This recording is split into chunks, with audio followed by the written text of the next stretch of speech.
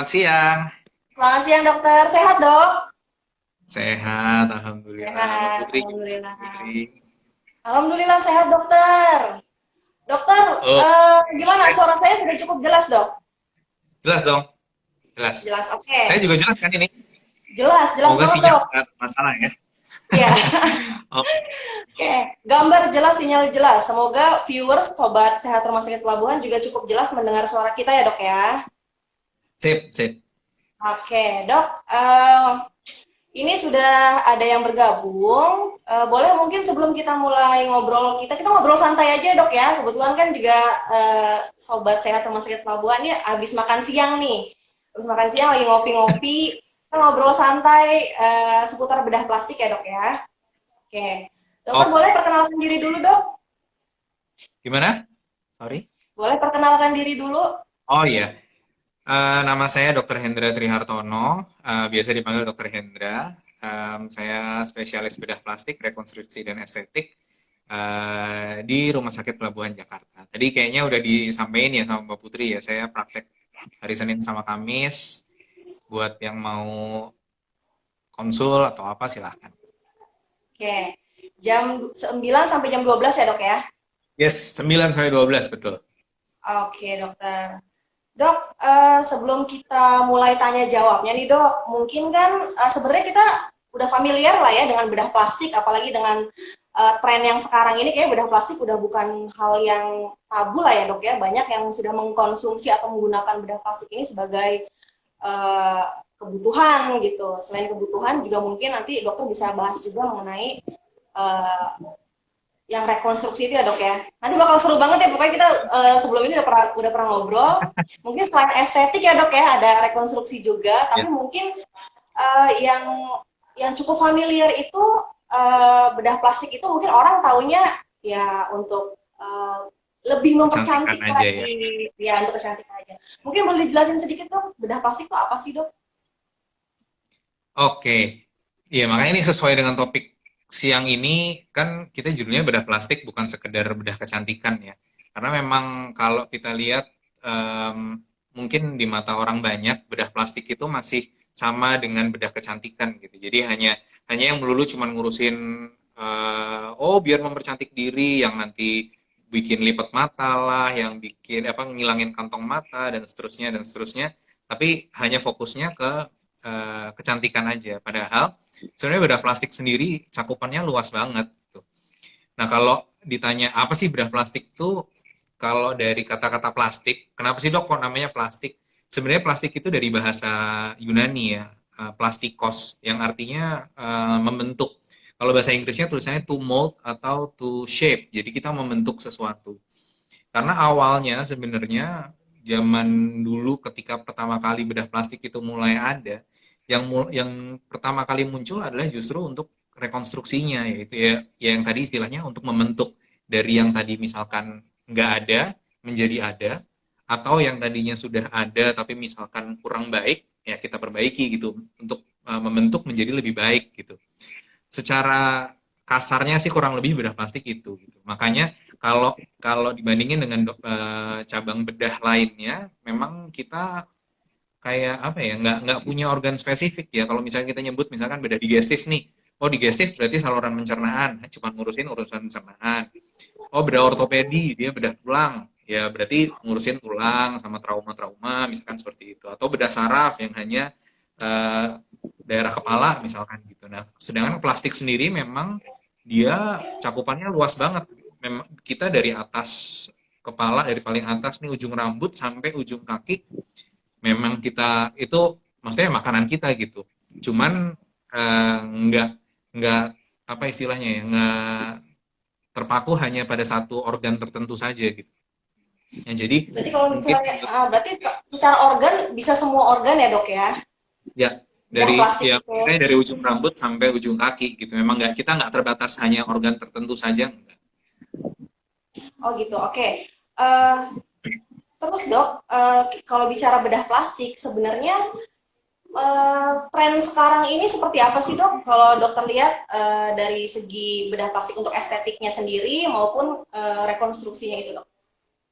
Ya, Memang tadi yang saya bilang, kebanyakan orang mungkin taunya bedah plastik tuh hanya urusan estetik aja gitu, hanya yang mempercantik saja, hanya bedah kecantikan saja. Padahal tadi luas banget gitu. Kita rekonstruksi membentuk dari yang misalkan nggak ada menjadi ada, atau yang tadi ada tapi misalkan bentuknya kurang bagus menjadi kita perbaiki. Contoh nih yang paling simpel aja, misalkan pasien dengan bibir sumbing.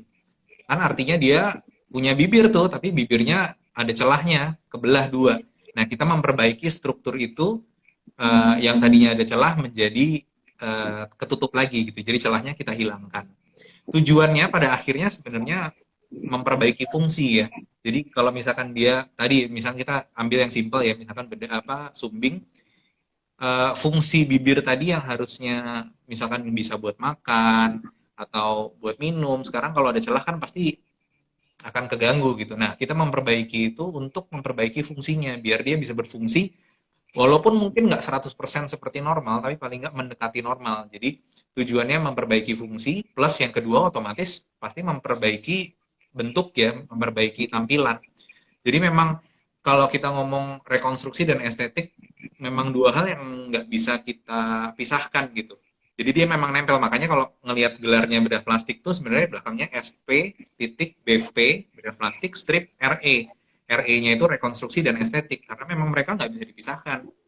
Nggak mungkin Oke. kita ngeberesin bibir sumbing, cuman yang penting jadi, yang penting nempel gitu. Enggak, tapi kita perlu memikirkan, oh di sini ada struktur ototnya, ototnya perlu kita rapiin, terus di sini pun ketika kita nyambung ya kita mesti harus bibirnya biar ketemu bagus garisnya gitu, nggak cuma sekedar asal nempel kan. Jadi kita juga pasti mikirin estetik walaupun kita mengerjakannya rekonstruksi. Berarti bedah plastik itu rekonstruksi dan estetik itu satu kesatuan ya dok ya. Yes, Memperbaiki nggak, juga membuat lebih baik tampilannya gitu ya dok ya. ya Kalau betul. kalau bicara mengenai tadi kan dokter mencontohkannya adalah operasi bibir sumbing. Itu salah satu contohnya aja ya dok ya. Sebenarnya banyak Ya, banyak contoh lain. Sebenarnya pada saat dilakukan tindakan tersebut ada ininya nggak sih dok, maintenance-nya gitu? Apakah bisa dilakukan hanya sekali, tidak perlu ada maintenance lagi, atau harus ada uh, semacam itulah ya, ya. harus di maintenance? Nah, itu saya sebenarnya agak sulit tuh Mbak jawabnya ya, karena masing-masing prosedur pasti akan berbeda-beda. Nggak bisa, maksudnya kita pukul rata, oh setiap tindakan bedah plastik pasti nggak cuma satu kali jadi gitu. Mungkin nggak seperti itu ya, tapi pada prinsipnya tiap-tiap prosedur itu memang pasti kan kita perlu lihat ya, maksudnya perlu kita follow up gitu. Apakah memang nanti pada akhirnya dia memerlukan revisi atau enggak gitu. Kalau memang dia yang istilahnya tadi satu kali jadi, misalkan dengan kita operasi terus kayak tadi bibir sumbing ya, setelah kita operasi dia udah nempel bagus, semuanya ketemu baik, ya nggak ada masalah. Tapi yang kita kadang-kadang nggak tahu kan, karena tadi anak, misalkan anak tuh anak sumbing terus kita operasi, dia makin lama makin besar, pertumbuhan, terus di sininya tiba-tiba hidungnya tetap misalkan ketarik nih karena kita operasi bibir sumbing kan memang struktur hidungnya juga ada masalah ya. Nah, proses ngebenerinnya ya perlu lanjutannya gitu. Atau misalkan di sini ternyata skarnya ada yang kelihatan melebar karena dia pertumbuhan. Nah, kita perlu revisi gitu. Jadi nggak bisa dipukul rata apakah oh udah plastik tuh sekali operasi beres. Nah, ini pasti juga terkaitnya sama kasus-kasus estetik tuh terutama tuh misalkan nanti ada yang pasti pertanyaannya paling sering, dok kalau misalkan saya operasi lipat mata atas, terus hasil lipat mata atasnya pasti permanen nggak dok gitu. Nah itu hal yang sama gitu.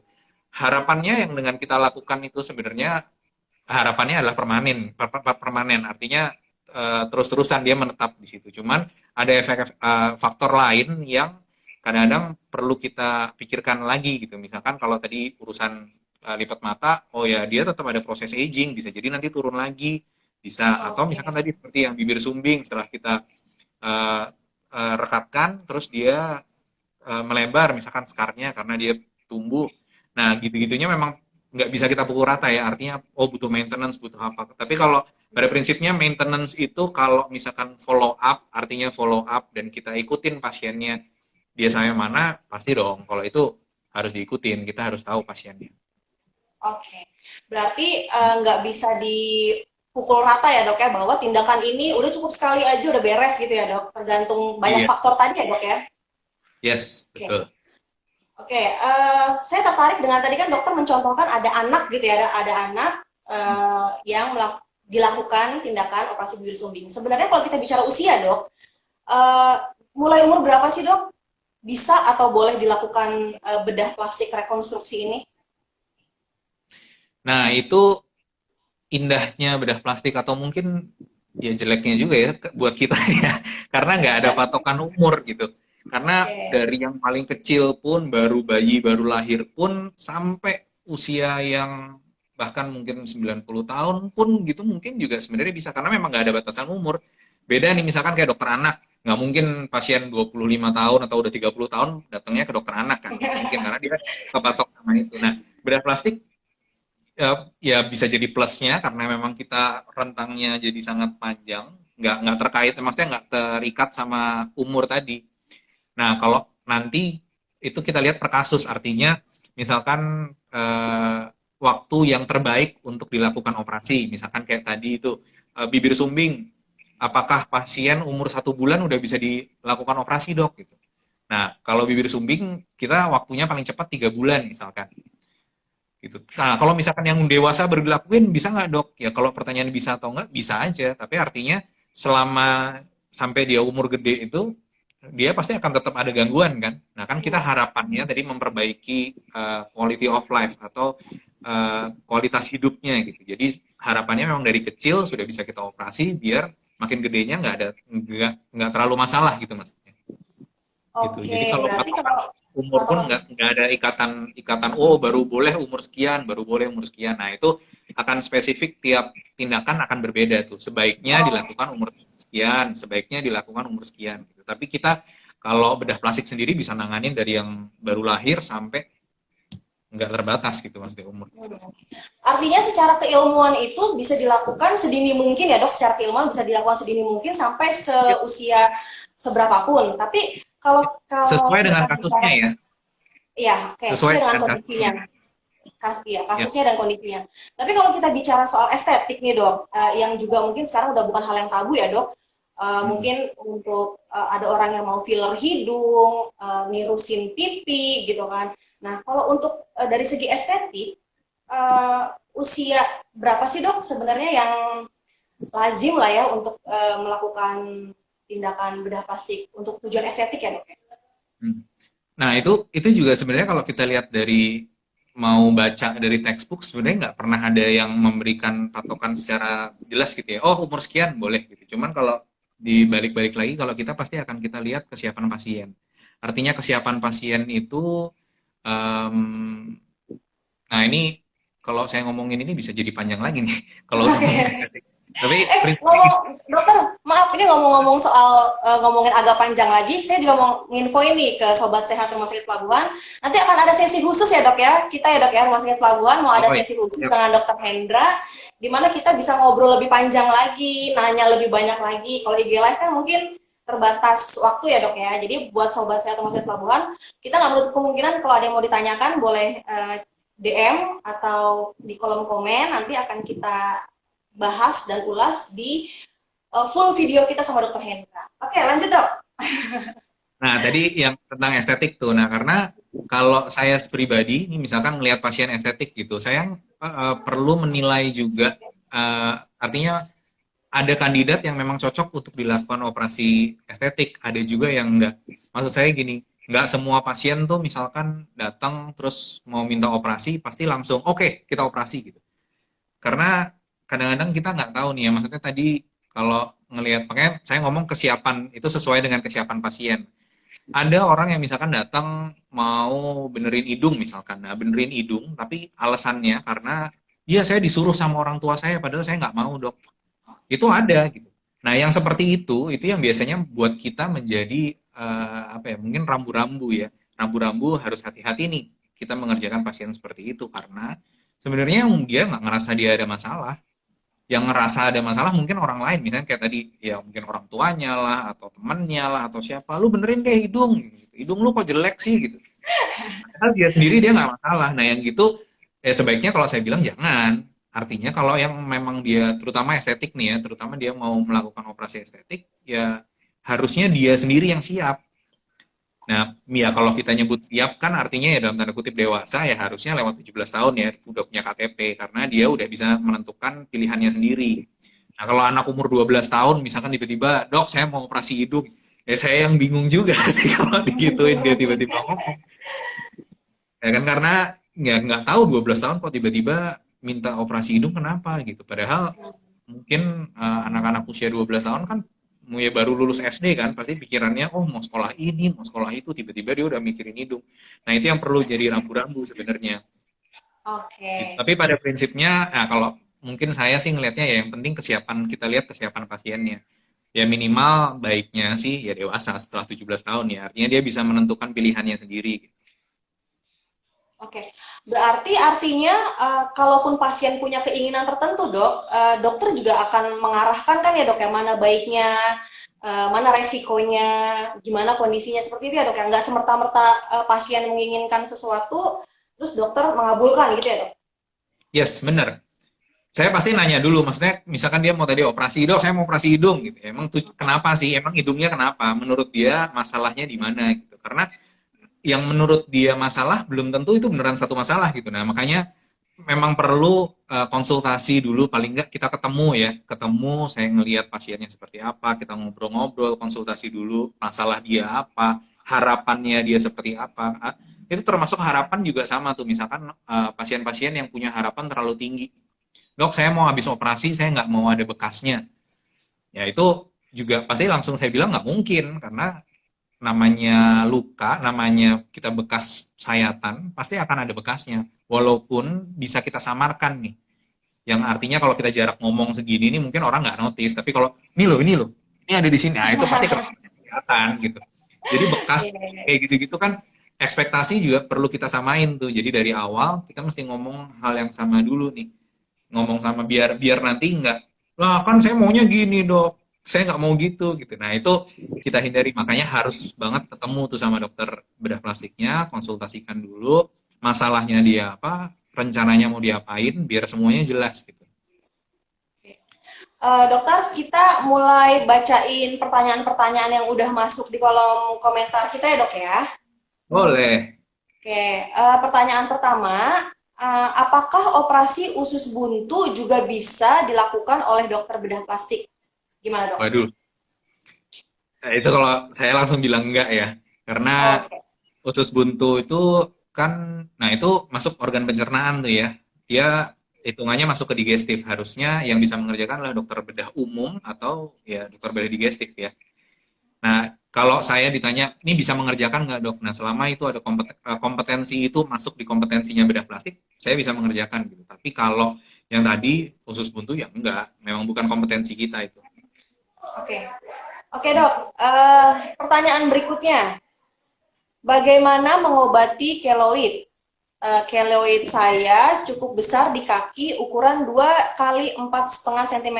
Berarti ini mungkin arahnya mengobati dan mungkin apakah bisa hilang gitu kali ya dok ya? Oke. Ini juga, ini kalau kita bahas keloid bisa panjang banget nih, bisa satu sesi sendiri nih. Oke, Oke, tapi pada prinsipnya kita lihat dulu ya, apakah ini benar keloid atau enggak ya? Karena termasuk eh, orang-orang awam banyak yang salah kaprah sama keloid gitu. Karena ada istilahnya juga yang namanya parut hipertrofik. Nah, kalau parut hipertrofik itu dia memang dia bekas, misalkan scar gitu ya, terus dia nimbul semakin besar, terus mengeras gitu. Tapi pada daerah cuman situ doang gitu. Jadi misalkan nih saya satu garis lurus, dia menebal tapi situ. Atau paling sering misalkan yang habis sesar tuh misalkan. Habis sesar, terus bekas sesarnya garis lurus itu jadi nembel. Nah itu biasanya termasuk scar hipertrofik. Sedangkan kalau keloid itu yang misalkan lukanya cuman garis, tapi dia nanti jadinya bisa kemana-mana gitu dan gede banget. Dan dia memang biasanya tempatnya di tempat-tempat khusus gitu, misalkan seperti di dada, di mana ini bahu atau di telinga gitu. Nah yang pernah tuh ada misalkan kasus sering habis tindik gitu, terus dia infeksi atau apa, terus dia jadi kayak ada apa sih kayak tumor gitu ya, jadi tumor terus tapi gede banget. Nah itu yang namanya keloid gitu. Tapi pada prinsipnya keloid itu memang bisa ditangani. Cuman beda-beda bagaimana menata laksananya, kita mesti nanti akan kita lihat, kita sesuaikan dengan kasusnya seperti apa. Tapi pada prinsipnya kalau ditanya bisa dihilangkan, bisa dengan operasi. Kita buang keloidnya, kemudian lukanya ya kita tutup. Apakah nanti bisa tutup langsung dijahit? Bisa, atau misalkan kita harus nyari dari tempat lain, misalkan kita nambal ya, istilahnya skin graft misalkan, atau tandur kulit tuh, kita ngambil kulit dari bagian lain, terus kita tutup lukanya situ, atau kita flap, misalkan flap tuh jadi kita ngambil jaringan kulit dan ketebalannya, terus kemudian kita pindahin ke situ, tapi pada prinsipnya untuk nutup luka tadi.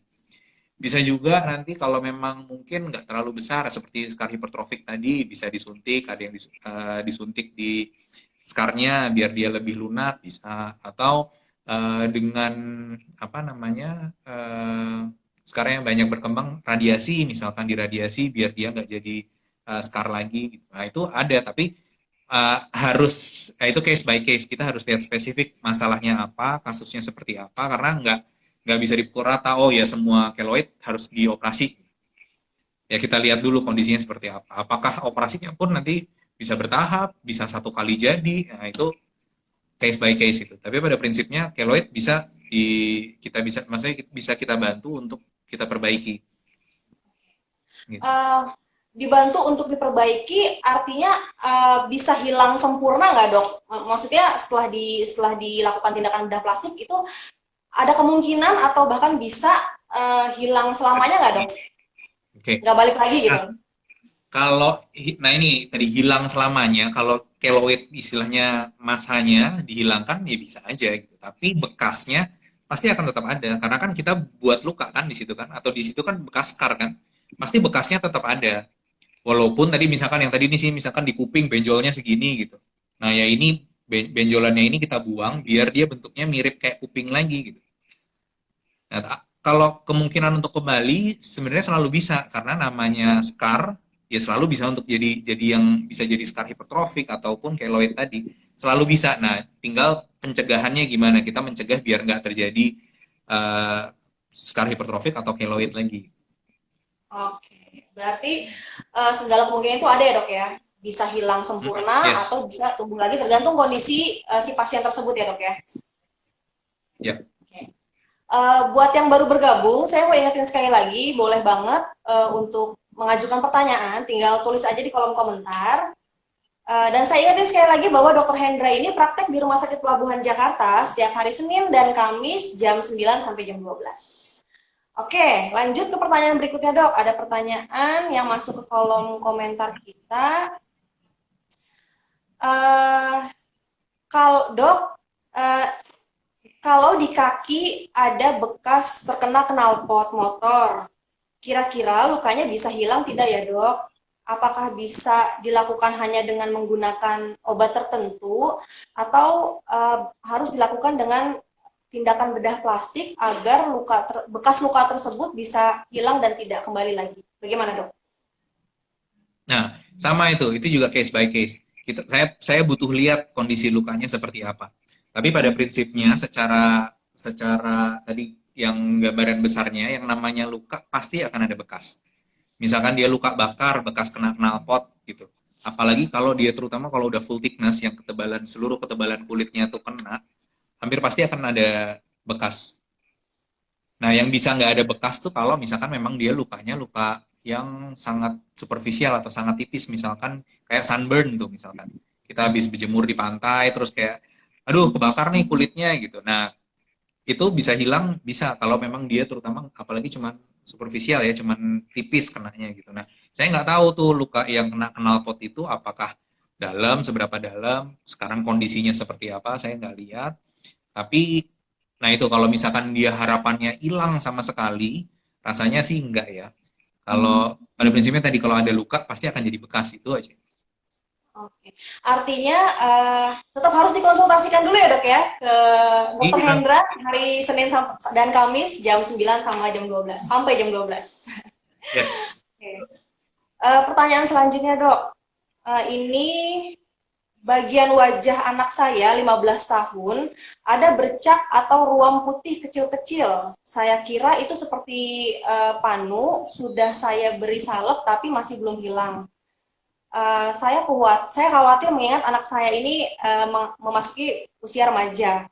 Kira-kira itu penyebabnya apa ya dok? Dan apa bisa disembuhkan? Ya ini sama jawaban saya nggak tahu. Saya maksudnya bercak putih tuh banyak banget.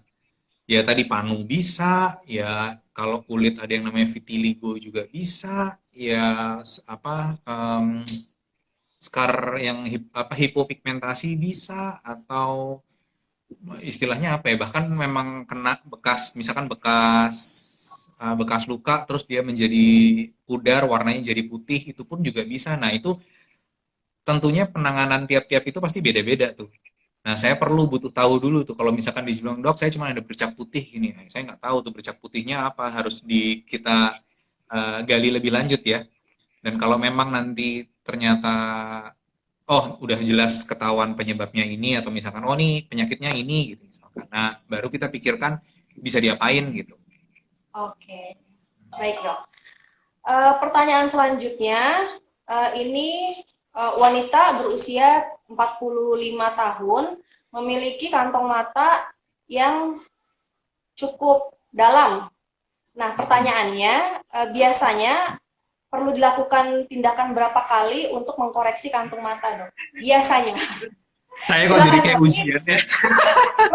problematika ibu-ibu muda, dok. Kantong Iya. mata. Nah, ini buat sekali lagi nih, mungkin yang buat yang misalkan mau tanya-tanya gitu, kayaknya lebih enak kalau kita ketemu langsung sih. Karena saya nggak Benar tahu banget, dokter Hendra praktek di rumah sakit pelabuhan hari apa jam berapa, dok? Biar hari sobat Senin bisa sama Kamis. mencatat. Senin sama Kamis jam 9 sampai jam 12.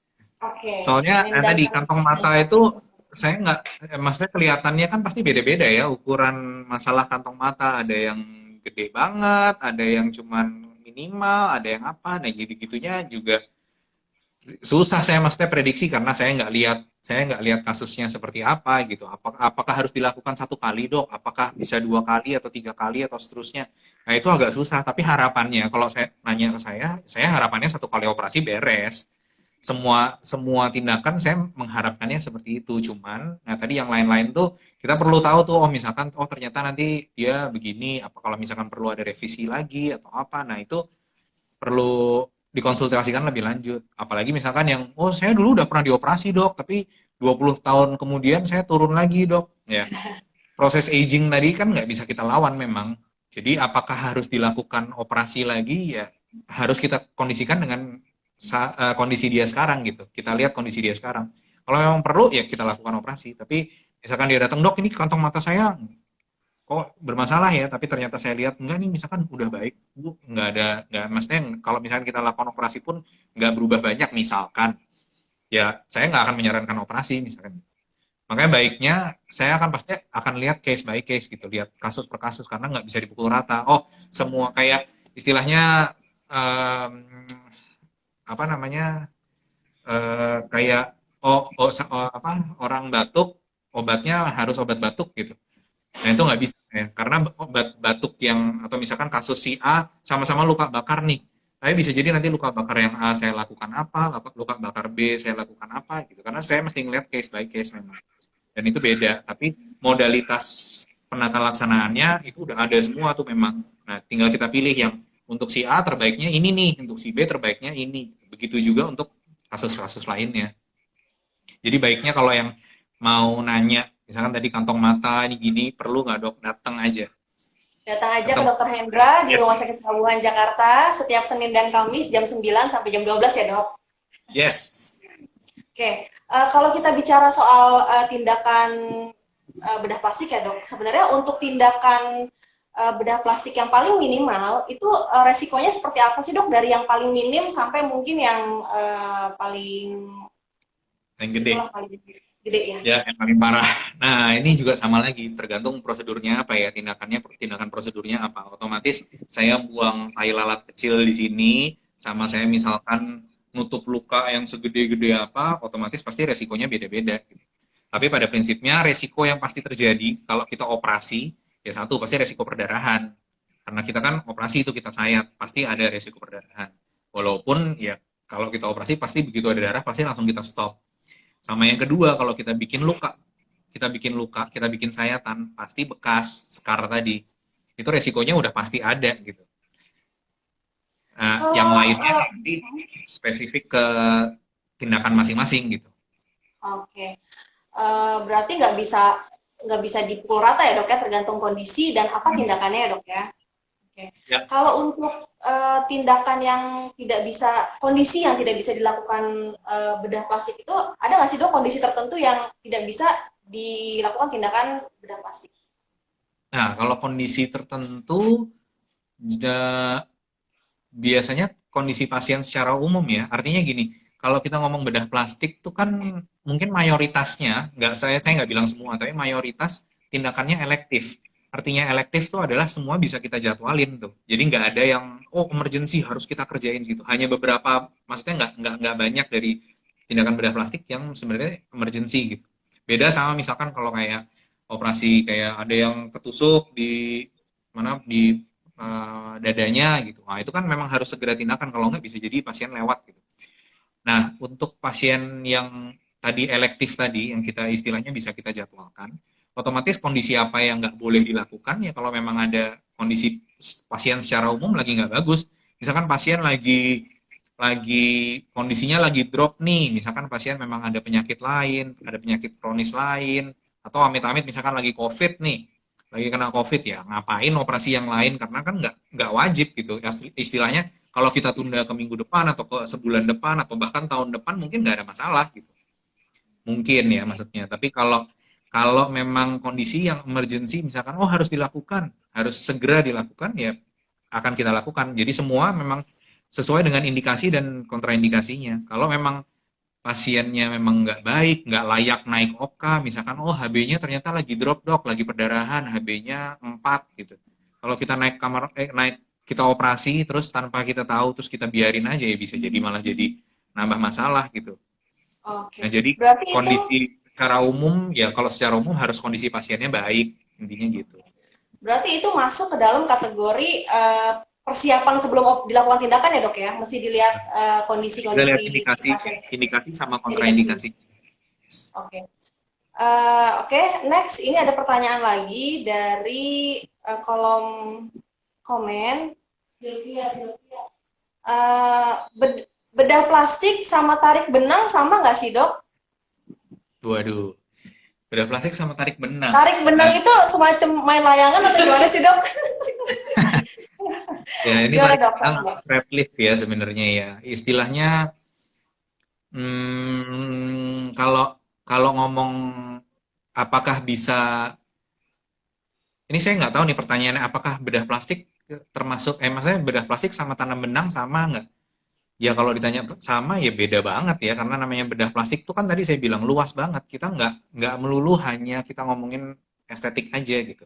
Jadi saya operasi bibir sumbing pun, saya operasi luka bakar, saya skin graft, ngelakuin flap gitu-gitu atau bahkan patah-patah tulang wajah terus kita scrub, kita plak gitu. Itu kan ya kalau mau dibilang sebagai operasi bedah plastik ya bisa aja gitu karena memang itu yang melakukan adalah seorang dokter ahli ahli bedah plastik gitu.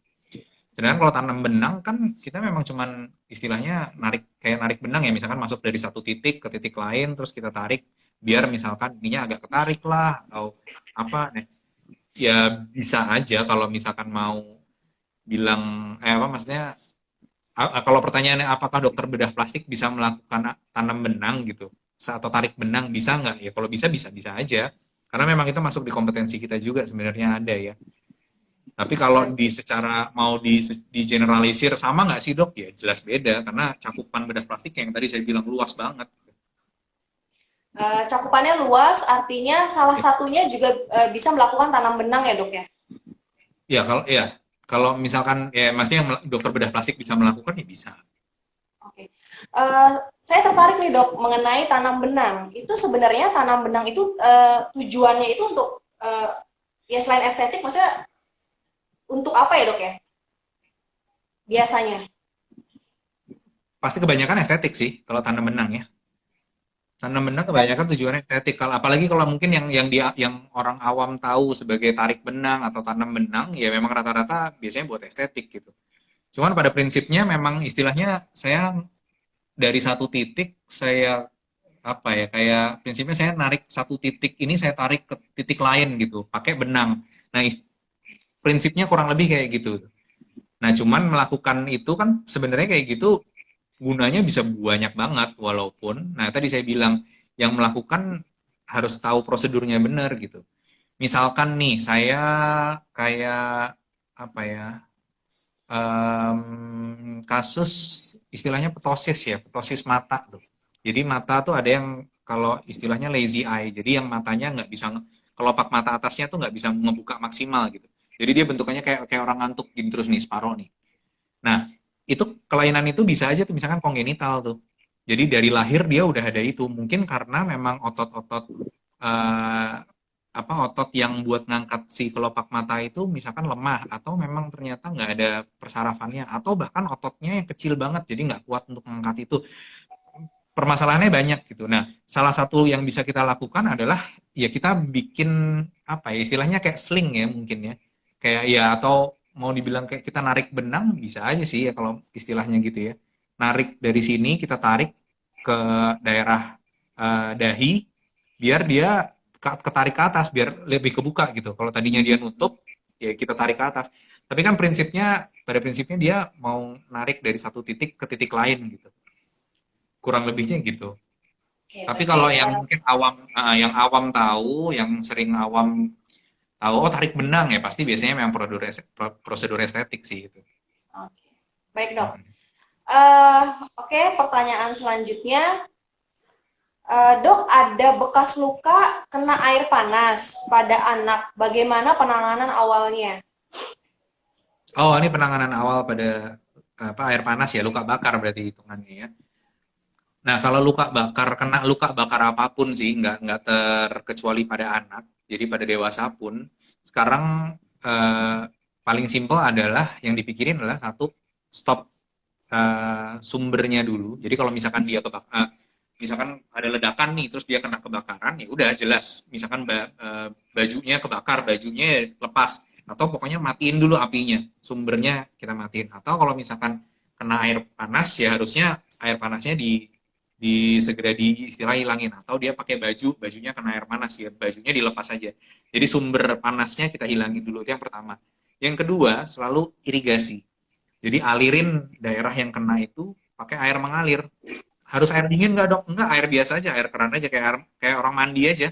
Tapi dialirin, jangan cuma direndam doang. Misalkan kita pakai masukin ember terus tangannya kita cemplungin di ember gitu. Nah lebih baik tangan terus kasih air yang mengalir, jadi irigasi. Gitu. Dua prinsip utamanya itu, jadi stop stop si panasnya, stop panasnya ya entah dengan matiin apinya atau lepas baju atau apa. Sama yang kedua irigasi dulu jangan terus nggak usah di apa namanya nggak usah ditambahin yang aneh-aneh gitu karena masih banyak banget nih sekarang yang tiba-tiba datang ke IGD RS Pelabuhan masih olesin odol masih diolesin minyak goreng masih olesin apa apa tuh putih apa telur gitu. Terus belum nanti oh dibalut pakai daun pisang dok pakai ini Pepes. iya kayak pepes jadinya jadi nggak usah jadi yang jelas adalah satu irigasi dulu berapa lama 15 sampai 20 menit 15 sampai 20 menit alirin dulu aja pakai air biasa. Habis itu segera cari pertolongan terdekat. Nah, kalau yang ini ya rumah sakit pelabuhan, PIGD aja. Oke, siap dok. Jadi prinsipnya adalah dengan air mengalir ya dok, irigasi ya dok. Nggak usah pakai Jadi yang macam-macam ya dok, ya air aja ya dok ya. Oke. nggak usah air aja. Baik, selanjutnya pertanyaan dari Silviani. Apa saja contoh rekonstruksi yang dikerjakan oleh bedah plastik di luar estetik atau kecantikan? Wah ini bagus banget nih pertanyaannya nih. Karena banyak banget yang saya bilang. Kalau kita bedah plastik secara apa gambaran besarnya ya kita bisa bagi-bagi menjadi beberapa sub nih sebenarnya. Yang pertama sub luka bakar. Jadi luka bakar ini termasuk segala macam tadi luka bakar akut, misalkan kasus kejadian langsung oh kebakaran terus datang itu kita nanganin sampai kasus subakutnya atau sampai yang kronis sampai jangka panjang.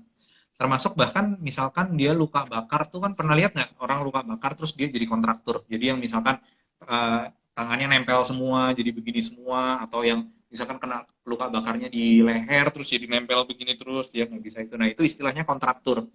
Nah rekonstruksi pasca luka bakar, rekonstruksi kontraktur pasca luka bakar tuh kita juga mengerjakan. Jadi yang tadi misalkan gini, ini kita bebasin biar dia bisa begini-begini lagi gitu. Atau yang tangannya misalkan begini terus nih, nah ini kita lepasin satu-satu biar dia bisa kebuka gitu. Nah termasuk rekonstruksi seperti itu di luka bakar ya.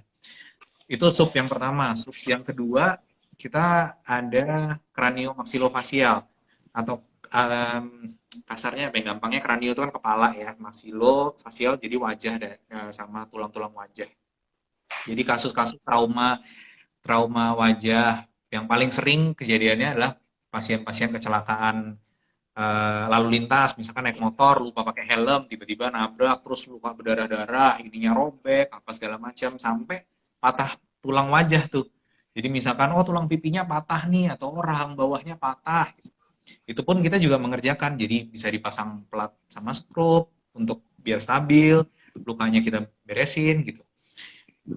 Termasuk tadi kelainan bawaan kalau di kepala ya tadi misalkan kasus sumbing, terus sumbing langit-langit, sumbing bibir, sumbing wajah, kelainan bentuk kepala itu juga kita bisa mengerjakan. Itu sub kedua. Nah, sub ketiga masuk ke namanya apa ya? Wound and onkoplasti ya. Wound and onkoplasti mungkin ditambah dengan microsurgery gitu. Nah, wound di sini ini luas banget nih. Dari yang namanya luka, segala macam luka, dari luka yang akut sampai luka kronis. Jadi tadi misalkan luka karena apa namanya kecelakaan atau luka karena apa kaki diabetes pernah tahu ya yang kaki diabetes yang sampai bonyok-bonyok atau ulkus tekanan atau orang yang bilangnya pressure sore tuh atau ulkus decubitus itu juga kita bisa lakukan sampai penutupannya misalkan dok nih bokongnya udah bolong dok karena pasiennya tiduran terus gitu. Nah kita bisa tuh nutup si bolongan tadi dengan mungkin ngambil dari kulit-kulit sekitarnya kita tarik-tarik untuk nutupin si lubangnya tadi. Terus sampai masalah scar tadi ya, scar parut hipertrofik, keloid, itu pun juga masuk ke bedah plastik gitu. Termasuk yang tadi onkoplasti masuknya adalah penutupan defek pasca reseksi tumor biasanya. Misalkan pasien dengan tumor payudara yang gede banget, misalkan udah stadium lanjut, itu misalkan nanti dioperasi oleh dokter bedah onko, dibuang sama dokter bedah onkologi, kemudian kan pasti sini jadi bolong dong, daerah dadanya sini bolong. Nah, itu tugasnya kita tuh yang nutup lukanya. Apakah mau kita bikin payudara baru atau tutup dulu aja payudara kita bikin payudaranya baru berikutnya. Nah, itu PR-nya bedah plastik tuh. Setelah itu masuk ada sub microsurgery. Microsurgery ini adalah operasi yang mikro ya, skalanya mikro karena kita memang untuk mengerjakannya butuh apa namanya pembesaran, jadi entah pakai loop atau pakai mikroskop, jadi kita operasi di bawah mikroskop gitu. Nah karena kita mengerjakannya kecil, contoh nyambung pembuluh darah tuh yang lebarnya bahkan cuma 1 mili atau 2 mili itu kita jahit tuh, nah ngerjainnya pakai mikroskop, nah makanya namanya microsurgery. Setelah itu ada sub lagi genitalia externa. Nah genitalia ini apa namanya ya alat kelamin misalkan kelainan yang mungkin pernah dengar namanya hipospadi. Jadi hipospadi itu dia lubang kalau pada laki-laki harusnya kan lubang lubang buat kencingnya kan di depan tuh di ujung ya, di ujung penisnya ya. Nah dia dia letaknya bukan di ujung tapi malah di bagian bawahnya, di bagian perutnya nih istilahnya. Jadi dia lubangnya nggak keluar di ujung, keluarnya di bawah. Gitu. Nah itu istilahnya hipospadi. Nah itu pun juga kita bisa lakukan rekonstruksinya. Jadi kita benerin, kita bikin saluran baru biar dia bisa kencing di depan. Atau kasus-kasus seperti burit penis. Jadi penisnya masuk ke dalam gitu. Jadi ketutupan. Jadi kayak kelihatan penisnya kecil banget gitu. Nah itu pun juga bisa kita lakukan rekonstruksi ya. Kasus-kasus genitalia eksternal seperti itu. Gitu. Terus ada sub satu lagi hand surgery, jadi memang untuk yang bagian tangan, baik dia trauma, misalkan karena tadi ya entah kecelakaan atau bahkan tangan putus kita sambung lagi, sama kelainan bawaan yang dari lahir tadi, misalkan tangannya dempet nih, nempel semua nih, terus kita harus pisahin satu-satu gitu, atau tangan yang jarinya 6 misalkan, atau yang tangan yang nekuk begini gitu. Jadi kelainan-kelainan bawaan tangan pun bisa kita lakukan rekonstruksinya gitu, bisa kita benerin dengan mengharapkan fungsinya dia bisa kembali lagi, tangannya bisa dipakai lagi. Sama sub yang terakhir baru kita estetik. Tadi kasus-kasus estetik segala macam ya, mulai dari mata, hidung, apa mulut, payudara, perut misalkan, apapun masuk gitu. Jadi kalau ngomong estetik tuh memang sebenarnya malah jadi bagian kecil dari seluruh bedah plastik yang segede itu gitu. Jadi rekonstruksinya malah porsinya lebih banyak daripada estetik sebenarnya. Berarti sebenarnya bedah plastik rekonstruksi itu benar-benar mencakup hal-hal yang dari hal yang paling kompleks dari bawaan lahir, Yes, kecelakaan, dan ya itu tadi ya, memperbaiki fungsinya serta juga memikirkan estetiknya ya dok ya. Nah tadi kan dokter makanya sempat bahas. sorry, makanya kalau pernah baca buku tuh bedah plastik tuh ada yang menyebutkan sebagai problem solving specialty gitu. Jadi artinya specialty yang tujuannya menyelesaikan masalah gitu. Tadi misalkan ya masalah anemia begini dengan harapan tadi kita memperbaiki fungsi satu sama memperbaiki bentuk atau penampilan dengan tujuan memperbaiki kualitas hidupnya dia. Oke. Gitu. Nah itulah bedah plastik. Jadi nggak melulu jangan jangan lihat bedah plastik, alah bedah plastik mah pasti kecantikan doang. Hmm. Kita jauh lebih luas daripada itu.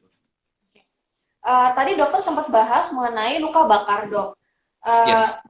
Kalau untuk kasus yang disebabkan oleh kesetrum dok, kesetrum itu kan juga bisa Ya, listrik. bisa ada luka bakarnya dok ya, Luka bakar, atau betul. kena air keras. Apakah itu juga Oh ya, masuk ke dalam luka bakar dok? Dan betul. apakah itu juga bisa dilakukan tindakan bedah plastiknya Bedah dok? plastik. Benar. Luka bakar tadi itu yang tadi karena listrik, karena kimia, kayak misalkan air keras lah, atau apa cairan-cairan kimia tertentu yang cairan-cairan pekat. Nah, itu masuknya ke luka bakar juga, dan itu memang jadi ranahnya bedah plastik. Bener. Oke, dan apakah bila penyebabnya adalah sorry, kalau penyebabnya itu dari listrik dan dari zat kimia, Kimia. apakah juga berlaku dengan irigasi, dok? Penanganan Yes, pertamanya. yes. Sama kalau itu. Irigasi dulu Oke, aja. Habis itu sih, siap. nah, begitu pokoknya yang bisa dilakukan di rumah, langsung jauhin dari sumbernya, terus kedua, irigasi dulu. Nah, setelah begitu irigasi 15-20 menit, langsung cari ke rumah sakit yang terdekat lah, paling enggak. Ke IGD-nya dulu. Atau ya kalau bisa, langsung cari rumah sakit yang ada bedah plastiknya. Oke, baik dokter. Ini nggak kerasa banget loh dok. Udah 1 jam kita ngobrol soal bedah plastik ini loh dok. Menarik Oke. sekali. Ternyata memang benar bedah plastik itu bukan sekedar untuk kecantikan ya dok ya. Ternyata sangat kompleks sekali. Dan kami Rumah Sakit Pelabuhan Jakarta atas pertanyaan-pertanyaan yang belum terjawab ini mungkin akan kita buatkan sesi khusus ya dok ya. Sesi khusus berupa video Boleh? panjang yang mungkin juga bisa diakses sama sobat semua. Jadi bagi yang masih ingin mengajukan pertanyaan, silakan aja. Boleh DM ke kita, boleh komen di postingannya Dr. Hendra. Postingan jadwalnya Dr. Hendra kan ada ya di feed Instagram Rumah Sakit Jakarta. Dr. Hendra juga bersedia dok ya untuk ngobrol bareng kita lagi ya dok ya.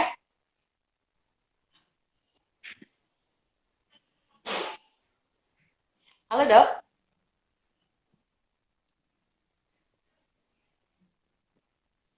Dok, Halo? masih bisa dengar Yes, suara saya? bisa, bisa. Oke. Oke, berarti nanti kita akan buatkan sesi khusus pembicaraan lebih lanjut mengenai bedah plastik rekonstruksi. Bagi sobat semua yang masih ingin bertanya, boleh mengajukan pertanyaan di kolom komentar. Boleh nggak dok satu lagi nih dok, pertanyaan dok? Tanggung nih dok. Boleh, Oke, boleh, boleh. Dok kalau tindakan tummy tuck apakah bisa dilakukan di rumah sakit pelabuhan? Bisa dong. Bisa dok. Bisa dong. Bisa banget ya dok ya. Dokter Hendra praktek setiap hari apa dok? Saya hari Senin dan Kamis pukul 9 sampai jam 12. Oke, bagi sobat semua yang memiliki masalah yang perlu dikonsultasikan oleh Dokter Hendra, boleh ke klinik Dokter Hendra di klinik spesialis bedah plastik setiap hari Senin dan Kamis di jam 9 sampai dengan jam 12. Dokter, ini kita udah 1 jam nih dok, ngobrol-ngobrol mengenai bedah plastik Oke, ya dok ya. kayaknya sampai besok juga bisa nih kalau diterusin. Iya, bener banget. Ini karena topiknya memang menarik dan luas sekali ternyata ya dok ya. Iya, betul. Oke, terima kasih banyak dokter sekali lagi kami ucapkan Sama. atas penjelasan dan jawabannya. Sehat selalu dan terima kasih juga untuk semua sobat Rumah Sakit Pelabuhan Jakarta yang telah menyaksikan siaran ini. Semoga sobat semua sehat selalu. Mungkin ada pesan-pesan terakhir dok buat sobat sehat Rumah Sakit Pelabuhan Jakarta dok sebelum kita tutup. Pesan sponsornya, kalau memang mau butuh bedah plastik, hari Senin sama Kamis. Bener banget, bener banget. Semua bisa dikerjain di Rumah Sakit Pelabuhan Jakarta. Jadi datang aja ke kliniknya klinik spesialis bedahnya Dr. Hendra di Rumah Sakit Pelabuhan Jakarta setiap hari Senin dan Kamis jam 9 sampai jam 12. Betul, Dok? Ya. Yes, betul. Oke. Sekali lagi terima kasih Dr. Hendra, terima kasih untuk sobat Sama-sama. Terima semua. Sampai kasih. ketemu lagi di IG Live berikutnya. Sampai jumpa. Terima kasih, Dokter. Sama, terima kasih kembali. Selamat siang.